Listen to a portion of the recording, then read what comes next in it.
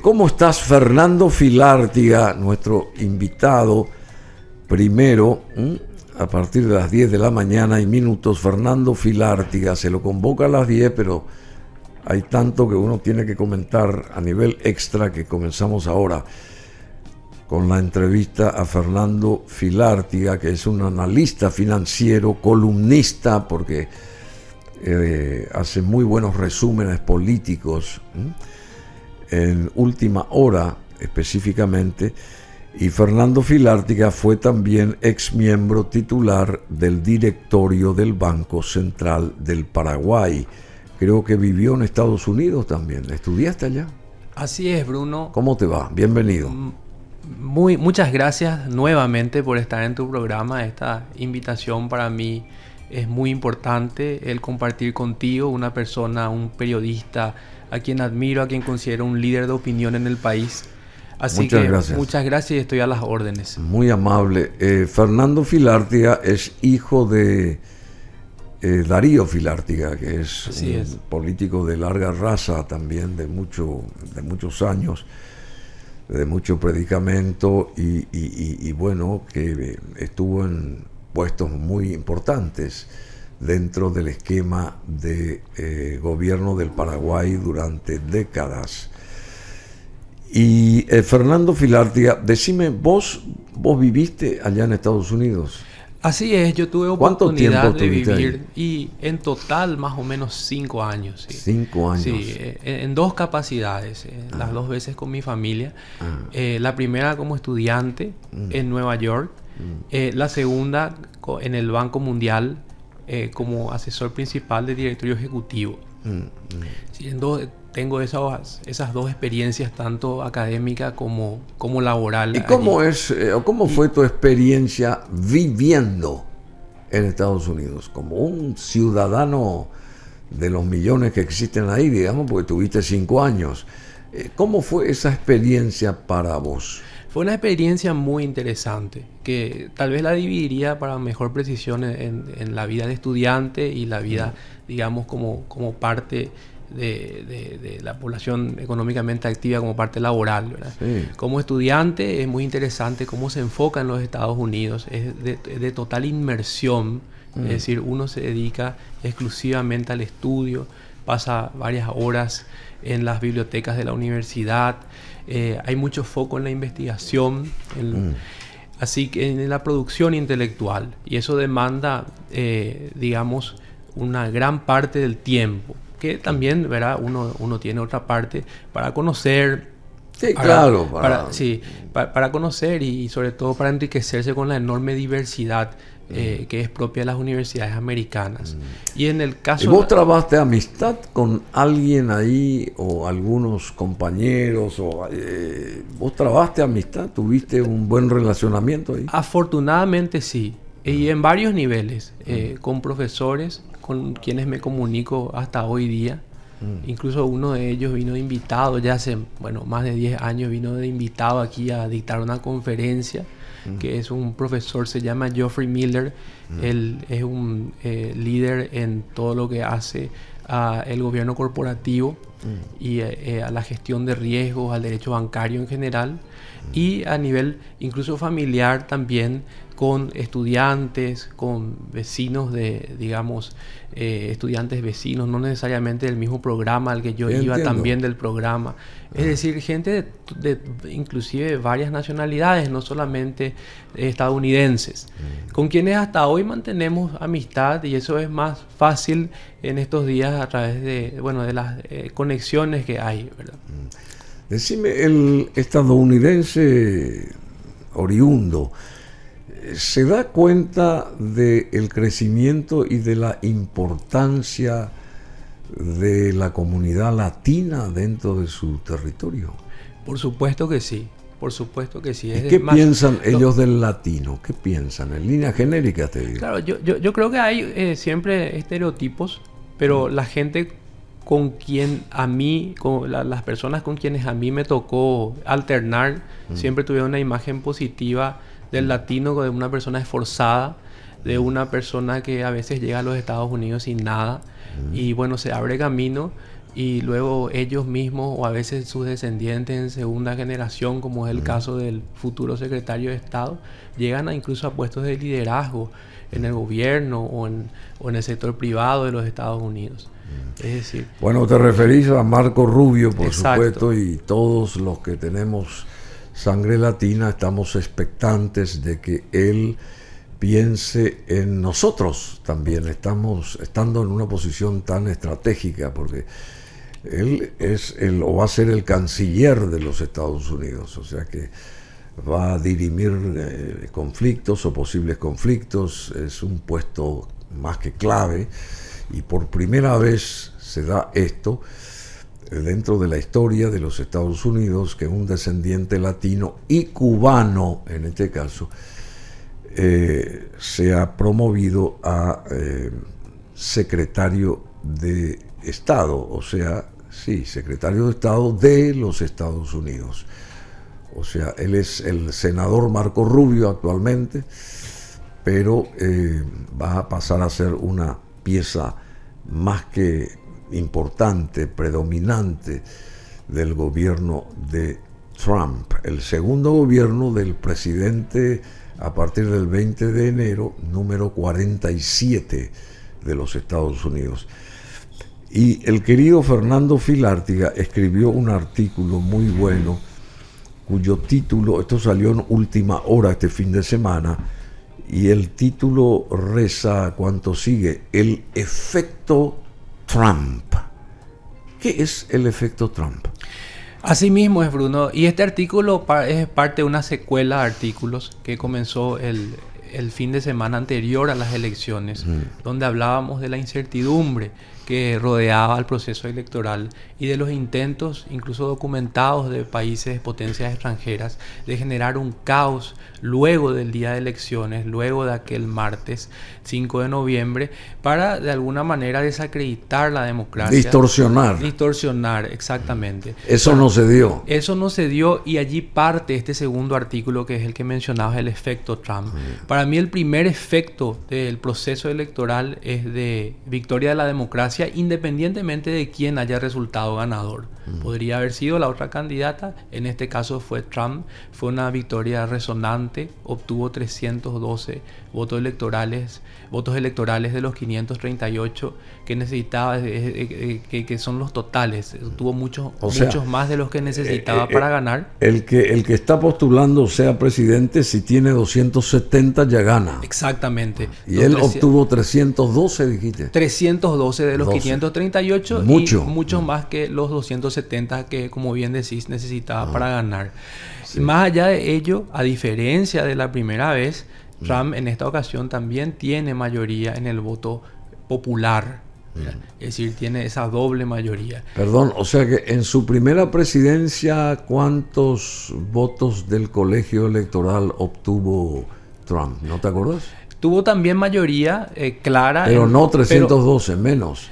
No recuerdo, no quiero ser impreciso, pero tuvo una clara mayoría en voto electoral, no así en el voto popular, donde obtuvo menos votos que Hillary Clinton en ese momento. Y ahora sí obtuvo más respaldo popular, digamos. Exacto, tuvo más respaldo popular, y además de eso obtuvo control en la Cámara de Senadores, mantuvo el control en la Cámara de Representantes y tiene una Corte Suprema de Justicia para completar los 3 poderes, donde 6 de los 9 miembros tienen tendencia conservadora. Decime, la Cámara de Representantes es una suerte, salvando distancias, es una suerte de nuestra Cámara Baja acá, de diputados. Exacto. Es también un sistema, o sea, bicameral. Está la Cámara Senatorial de los senadores y la Cámara de Representantes, que sería lo que tenemos acá como Cámara de Diputados. Exactamente. Nuestro modelo, de hecho, viene de la Constitución americana, con el sistema tripartito y el sistema bicameral en el legislativo. Es así mismo como describí. Bueno, ¿y cómo va a ser el gobierno según vos, verdad? Porque todos tenemos qué sé yo, estamos enfocados en analizar, seguramente sin ni siquiera hablar con nadie, pero internamente pensamos sobre este particular. ¿Cómo va a ser el segundo gobierno de Trump? Porque vuelvo a insistir, yo digo esto siempre cuando hablo de este tema con invitados, así como vos en este caso. Él tiene dinero, no necesita más dinero, no necesita más poder, porque tiene el poder del mundo. ¿Y qué va a perseguir Trump como ideal, como columna vertebral en este segundo periodo suyo? ¿Dejar su nombre estampado en el bronce? ¿Puede ser o no? Yo creo que sí, yo creo que hay una dualidad allí. Hay algo que es muy cierto, que es la propuesta de Trump. Él, digamos, ha recitado, reiterado su propuesta a lo largo de años. Está documentada en la Agenda 47. ¿Qué es la Agenda 47? La Agenda 47, el número 47 se refiere a que esta sería su presidencia, claro. Sí, el presidente 47. Sí, el presidente, dijimos, sí. Pues, sí. Y la agenda es un documento que es la plataforma del Partido Republicano bajo Trump, donde él enuncia todas las propuestas en los campos social, económico, político, etc. Es decir, hay mucha certeza sobre lo que él propone y sobre lo que el pueblo americano votó, ¿verdad? Ahora, lo incierto es el efecto que va a tener, por eso el título de la opinión, el efecto tanto al interior como fuera de los Estados Unidos. ¿Y por qué al interior es tan incierto el efecto? Porque Trump gana en función de ser el candidato que para los americanos puede manejar mejor la economía. Y los americanos o los estadounidenses están disgustados, o la mayoría al menos que votó a Trump, con la administración actual, porque consideran que sobre todo los efectos de la inflación se deben a un mal manejo económico. Esa discusión es muy, muy amplia, que quizás la dejo para más adelante, pero básicamente la inflación fue un factor. La inflación que ya ha logrado de alguna manera ser normalizada por la Reserva Federal. Entonces Trump viene, digamos, a capitalizar ese disgusto, a decir y a convencer de que va a manejar mejor la economía, más trabajo, menos inflación, pero varias de sus propuestas podrían eventualmente, paradójicamente, tener un efecto inflacionario. Porque ¿qué él propone, digamos, como centro de sus ideas? Propone bajar impuestos. Propone, lo cual puede tener un efecto en el déficit y un efecto inflacionario. El déficit de Estados Unidos ya es alto, ya está por encima del 123% del PIB. Luego también propone deportación masiva de migrantes ilegales. Habló de un número de 1 millón como para empezar un proyecto de deportación masiva, que es un número enorme. En Estados Unidos se calcula que más o menos hay 11 millones de inmigrantes en condiciones ilegales. Y luego 11 millones. Sí, ese es el número. Hay mucha discusión al respecto, pero es un número, digamos, en el que coinciden varios reportes. Ronald Reagan los hizo ciudadanos estadounidenses a esos indocumentados en su momento, a un gran porcentaje. Sí, periódicamente hay procesos para, digamos, documentar a los inmigrantes, pero los indocumentados siguen, digamos, estando yo sé, número. Todo el mundo quiere llegar a la Meca, y la Meca luego, es Estados Unidos. Claro, y el tercer punto que me gustaría resaltar es el tarifario, es decir, Estados Unidos bajo Trump va a volver a aquella política que en realidad no la dejó, ¿verdad?, de imponer tarifas a bienes de importación de procedencia china. Eso no, y también mexicana. Y también mexicana y también de otros países, ¿verdad? Entonces eso genera va a elevar ese fee, digamos. Mantener, elevar e imponer, ¿verdad? Las tres cosas. O sea, va a elevar. Exacto. Entonces eso... Y por otro lado va a bajar los impuestos. Exacto. Eso desde el punto de vista de Estados Unidos, desde el punto de vista interno, puede tener algún efecto en términos de precios. ¿Por qué? Porque finalmente las tarifas que se imponen a bienes importados las termina pagando en parte, al menos, y en ciertos productos, el consumidor final, de esos bienes que son finalmente, bueno, los ciudadanos. Entonces, o sea, por un lado les va a bajar los impuestos y por otro lado aquel producto foráneo que puedan llegar a comprar les va a costar más caro. exacto, esas son las preocupaciones y son todas también conjeturas, por eso hablo de incertidumbre. No necesariamente va a suceder eso, no necesariamente se colige que del punto A se va a tener el punto B, es decir, que plan del plan... Posibilidades. Exactamente, son incertidumbres, pero que van a ir viéndose a medida que las políticas que están, digamos, hoy todavía muy en la esfera electoralista vayan bajando a las realidades, a las órdenes ejecutivas, a los proyectos que en el Congreso con la mayoría republicana vayan en realidad concretándose, y también a los hechos. ¿Por qué? Porque una cosa es decir, yo voy a deportar masivamente a inmigrantes ilegales. Otra cosa totalmente distinta es hacerlo. Tiene cuestiones legales, cuestiones incluso logísticas que deberá verse cómo se realizan o no, ¿verdad? Y la famosa muralla que, bueno, que continuaría su la famosa muralla mexicano-estadounidense, no es la muralla china. Exacto. Pero la muralla china debe de levantarse también.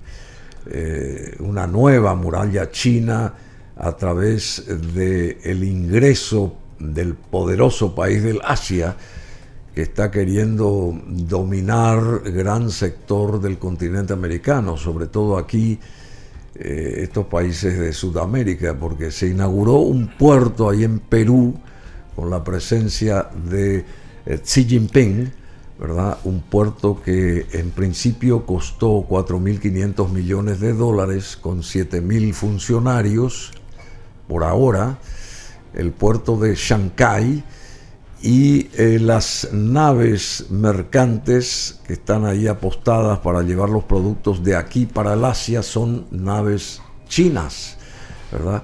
Y van a llevar desde el puerto de Shanghái al puerto de Shanghai, allá en China, estos productos tanto del Perú como de América Latina o Sudamérica en general, porque no solamente serán productos peruanos, sino también productos de otros países de América del Sur, pero manejado a través del sistema chino.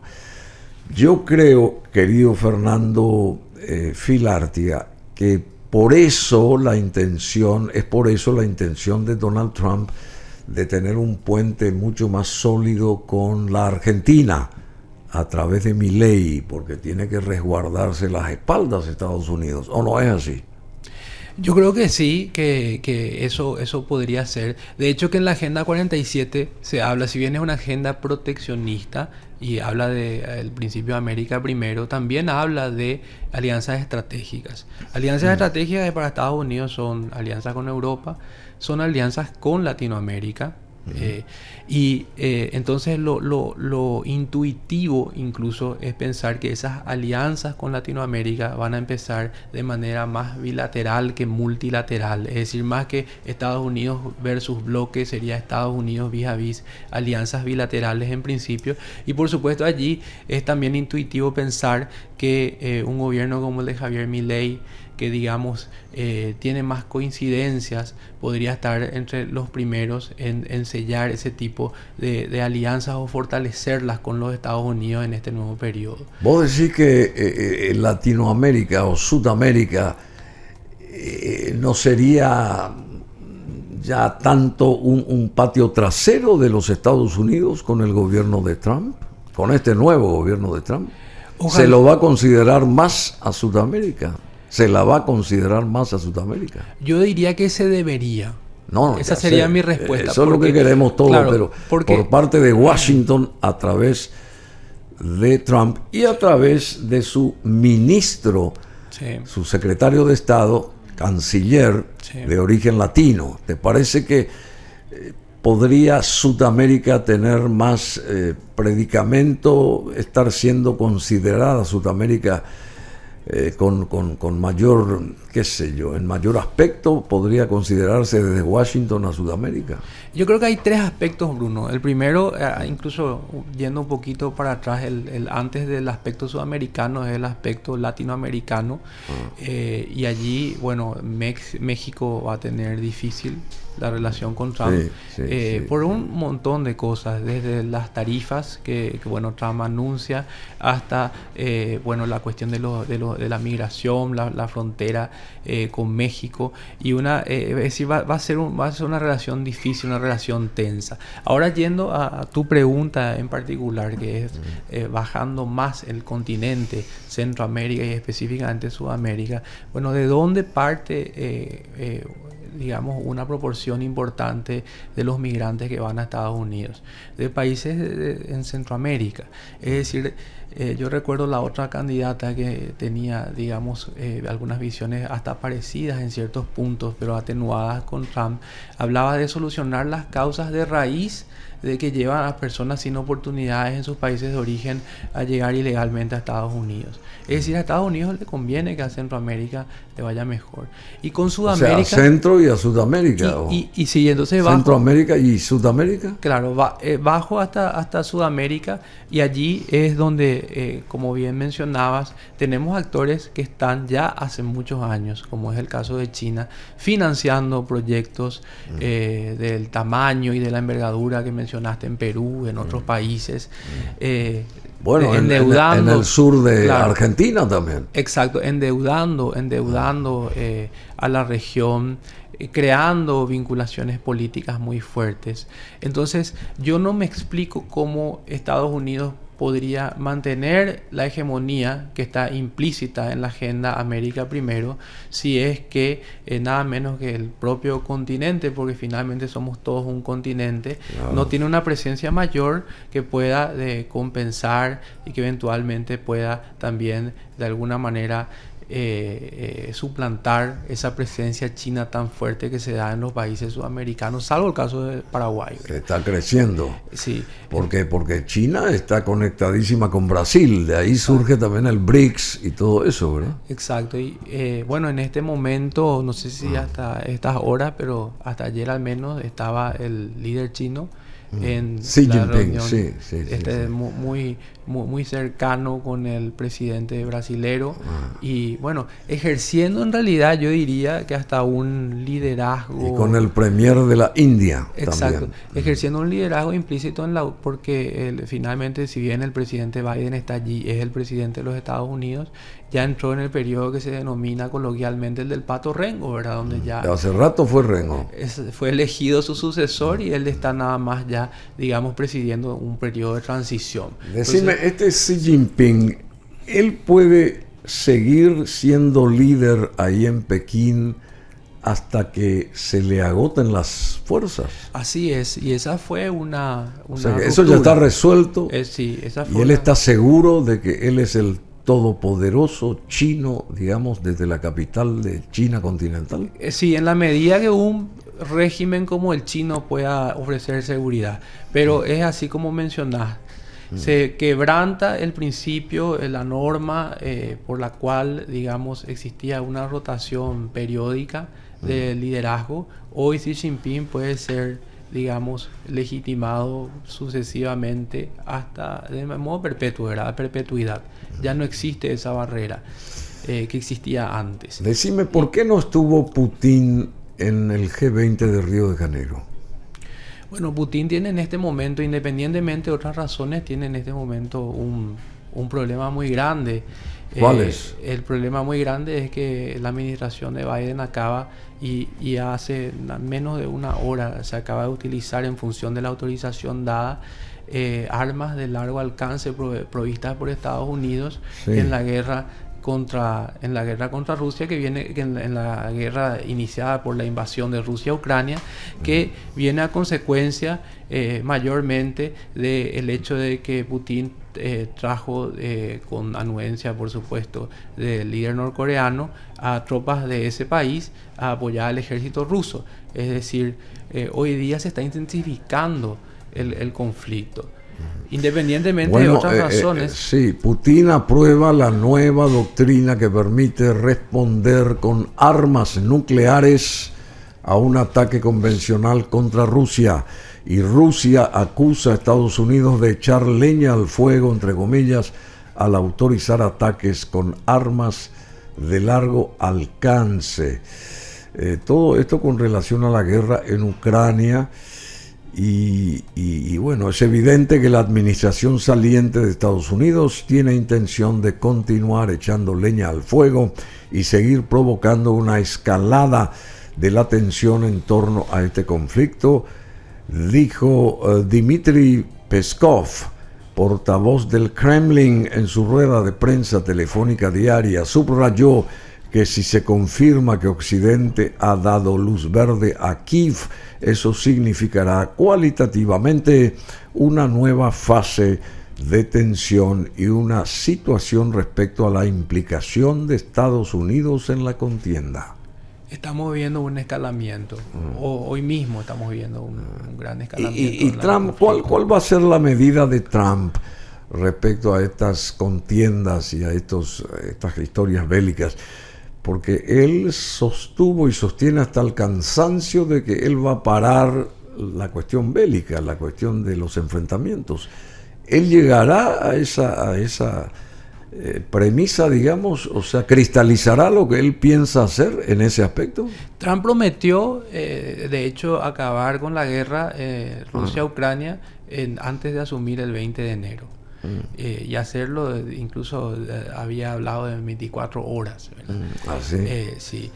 Luego, algo muy interesante es que una persona, digamos, conocedora del ambiente geopolítico, de tendencia republicana, a la que se asociaba a la administración Trump, dio declaraciones a los medios de allí, a los medios más importantes, diciendo que, bueno, que Trump haría que se respeten las posiciones rusas ganadas hasta este momento para así dar fin a la guerra. Pero eso fue rápidamente desautorizado por representantes de Trump, es decir, nadie puede hablar por él en ese sentido. Pero esa es una de las posibilidades que se especula. En 24 horas liquidar las guerras. La promesa fue esa, yo la veo como irrealizable. Lo cierto es que Trump, digamos... ¿Y cuántos tucanos va a enviar ahí para ese cometido? ¿Cuántos tucanos, digo? Yo creo que se refiere más al aspecto transaccional, ¿verdad? Ya sé, yo te estoy haciendo un chiste. Sí, yo entiendo. Marcelo no esbozó ninguna sonrisa desde allá. Pero en fin, vamos a continuar. ¿Cómo vamos a conseguir? Pues ahora vamos a comprar 6 tucanos. Creo que son 6 tucanos, ¿verdad? Sí, yo creo que bueno, eso. Entonces, en fin, te hice un chiste nomás. No tiene nada que ver con esto. No quiero menoscabar lo que vos estás diciendo, al contrario, veo que estás muy bien informado. Y en síntesis, Trump va a perseguir desarticular todo lo bélico, ¿verdad? O incentivar lo bélico que sigue sosteniendo Biden en su actuar todavía presidencial, porque él está ahí como el pato rengo, dijiste, ¿verdad? Pero sigue dándole alas a la cuestión beligerante. Yo creo que lo que hace sentido, lo pragmático, y de hecho lo que coincide con la promesa de campaña de Trump es el intento de terminar las guerras.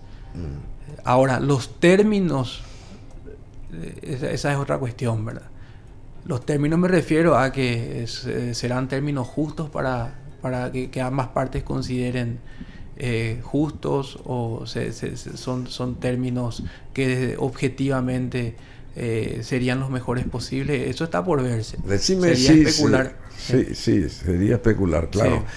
Sí. Si Trump focaliza también su mano larga, digamos, hacia la Argentina, nosotros como país mucho más pequeño, pero vecino de Argentina, podríamos también tener una suerte de proximidad a Washington a través de Trump, o directamente, o a través del propio Milei en el futuro, te estoy diciendo, porque Milei va a hacer todo lo posible para conseguir él el apoyo, el respaldo de Trump para su país, la Argentina.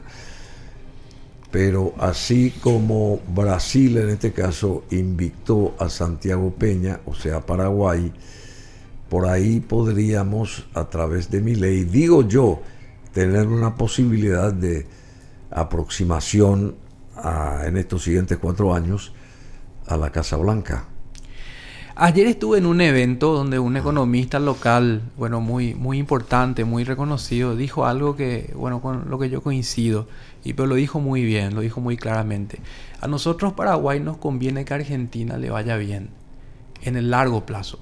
Quizás claro, por supuesto. En el corto plazo puede ser distinto, es decir, el cepo cambiario, las distorsiones, pueden circunstancialmente a nosotros beneficiarnos en algún momento, pero en el largo plazo nos conviene que a Argentina le vaya bien. Así que si es que la relación con Argentina, entre Estados Unidos y Argentina, se fortalece, porque Milei lo que está intentando en principio es un reacercamiento diplomático como el que intentara Menem en los 90 con la administración Bush. Si él tiene éxito y más allá de las palabras, digamos, tiene una relación económicamente más fortalecida, eso también nos puede a nosotros favorecer. Y nosotros como Paraguay tenemos nuestras propias cartas también en el plano bilateral. Nosotros ¿Cómo cuáles? Nosotros somos un país, uno de los ya muy pocos países y un país con historia, un país importante que apoya a Taiwán.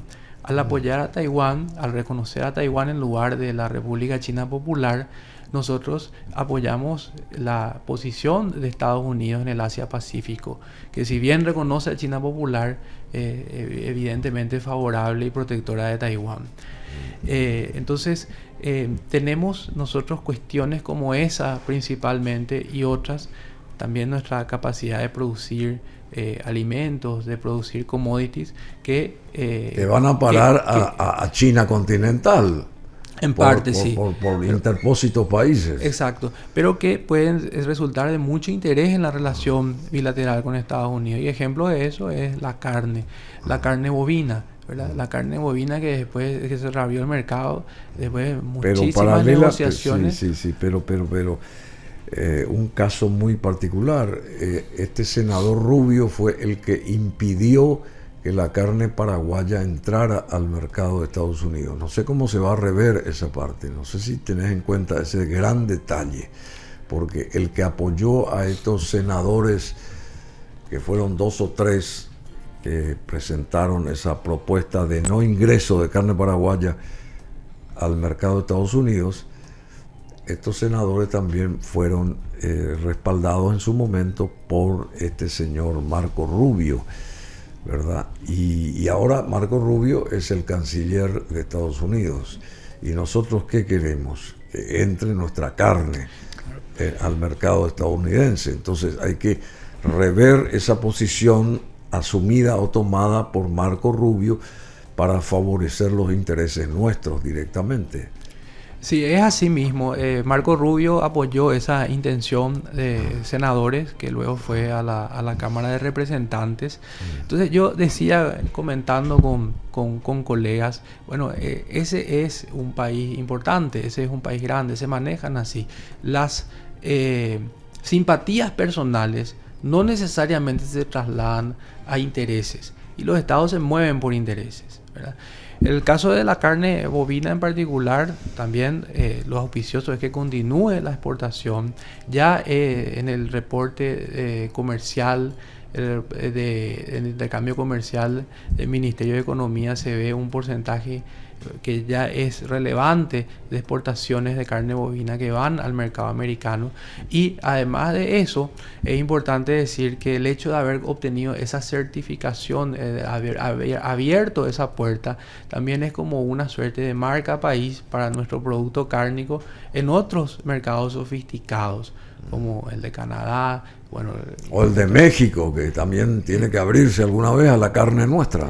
Así es. Entonces, yo diría 2 cosas. Yo diría enfocarnos en intereses, enfocarnos en eso, enfocarnos en los problemas que ellos ven en nuestro país y son públicos porque existen informes que son, bueno, de público conocimiento y están disponibles en el Departamento de Estado, en el Departamento de Comercio, en algunos vínculos de la Embajada Americana en Asunción, donde se habla, por ejemplo, del clima de negocios en Paraguay y que ve el inversor o la empresa estadounidense que quiere desembarcar en Paraguay como problema. Y no nos van a sorprender los problemas o los riesgos que ellos pueden ver, ¿verdad? Son los mismos que vemos nosotros, son los mismos que nos recuerdan las calificadoras crediticias, las cuestiones. Y con el grado de inversión. Exactamente. Y el grado de inversión, que bueno que lo mencionás, Bruno, es un nuevo activo para nosotros, porque el grado de inversión... Una nueva carta que se tiene. Una nueva carta para contrarrestar, exactamente, para contrarrestar justamente esos riesgos que perciben desde afuera, que perciben desde Estados Unidos y que de hecho ya ha, digamos, disminuido el riesgo país, que es algo bastante concreto y que nos permite, digamos, ser un destino más atractivo para las inversiones, además de tomar deuda más barata, ¿verdad? Bueno, aquí Fernando Filártiga, en este artículo de última hora que nos... que a través de él lo invitamos justamente porque nos pareció muy interesante, sostiene que Estados Unidos es clave para Paraguay en todos los sentidos, incluido el económico, claro. En el reporte de comercio exterior del Ministerio de Economía y Finanzas de enero a septiembre del 2024, el país norteamericano figura como cuarto destino de exportación y tercero en origen de importaciones. Y en el mismo periodo, el 6% de nuestras exportaciones de carne bovina fue al mercado estadounidense, reabierto para este producto paraguayo el año pasado. En 2019, Trump recibió al entonces presidente Abdo en la Casa Blanca en una cita tan procurada como inusual, digamos, para jefes de Estado paraguayos. Y este año el senador Marco Rubio, virtual secretario de Estado, visitó Paraguay en una gira por la región. Esto fue en febrero de este año y puede haber una serie de señales de mayor apertura. Sin embargo, caer en especulaciones sería un error de aficionado, como bien decía también, y yo le interrumpí aquí a Fernando Filártiga, porque uno piensa muchas cosas pero tampoco puede definir todas, porque Paraguay enfrenta dos tareas igual de importantes. La primera es identificar intereses geopolíticos y hacerlos valer más en la relación bilateral entre estados. El reconocimiento paraguayo de Taiwán, como bien mencionaba, es un apoyo doble a la isla y a los intereses estratégicos de Estados Unidos en el Asia-Pacífico. Y esto es notable, pues siendo pequeño, Paraguay enfrenta a la gigante China popular, y en la misma línea también debe explorarse cierta alineación de intereses en el tradicionalmente disfuncional Mercosur, por razones de volumen y representatividad política. Disfuncional Mercosur. Estoy de acuerdo contigo, porque hace más de 30 años se crea acá por el Tratado de Asunción al Mercosur, pero yo no sé qué nos brindó a Paraguay o qué nos brindó a nosotros el Mercosur. Sí, para pasar productos a la Argentina tenemos que estar rogando o qué sé yo. Y no nos pagan los productos que se envían y qué sé yo, ese tipo de cosas. Y esto tenía, una de las cláusulas, debió de ser las primeras de ellas, el Tratado de Asunción, el Mercosur. Está seguramente ahí en los papeles, pero en la realidad no se cumple nada. Bueno, querido Fernando Filártiga, muchísimas gracias. Muchas gracias, Bruno, un placer. ¿Querés decir algo más? Que tenés un minuto acá, lo que quieras decir. A ver, acá tenés una cámara. Respecto a este trabajo que hiciste de periodista, o como periodista, como analista político, que es muy importante leerte porque tiene sustento y sustancia lo que vos haces. Y qué sé yo, en síntesis, Este gobierno Trump, el siguiente, el número 47 o el número 2 de su posición 47 como presidente de Estados Unidos, ¿va a ser mejor o va a ser igual o peor que el anterior? Ojalá sea mejor. Y bueno, aprovecho el minuto, Bruno, que muy gentilmente me concedes para expresar, más bien resaltar que el enfoque de Trump es sobre todo bilateral en las relaciones internacionales. Eso debemos tener en cuenta. No debemos caer en errores como, bueno, vino Marco Rubio o existe mayor simpatía de una administración republicana hacia una administración, digamos, conservadora en el Paraguay. No, nosotros debemos ir a cuestiones bien específicas. ¿Qué podemos ofrecer? ¿Qué estamos ofreciendo? ¿Cómo rentabilizar más el activo en nuestra relación? ¿Cómo rentabilizar más nuestra relación con Taiwán? ¿Cómo rentabilizar más todo lo que Paraguay puede ofrecer, los productos paraguayos? ¿Cómo resolver o cómo mitigar los riesgos que ven los inversores estadounidenses para poder venir a Paraguay, para poder aumentar la inversión extranjera directa, para poder financiar proyectos? Es decir, una agenda seria. Son 4 años que, bueno, estos meses deben ser de planificación. Para nosotros la relación bilateral con Estados Unidos es muy importante, así que debemos abordarla profesionalmente para obtener beneficios como país. Bueno, prácticamente Santiago Peña va a tener 4 años también a partir de el tiempo en que asuma en la Casa Blanca Donald Trump. Él tiene 4 allá arriba y nosotros acá abajo vamos a tener 4. Así es.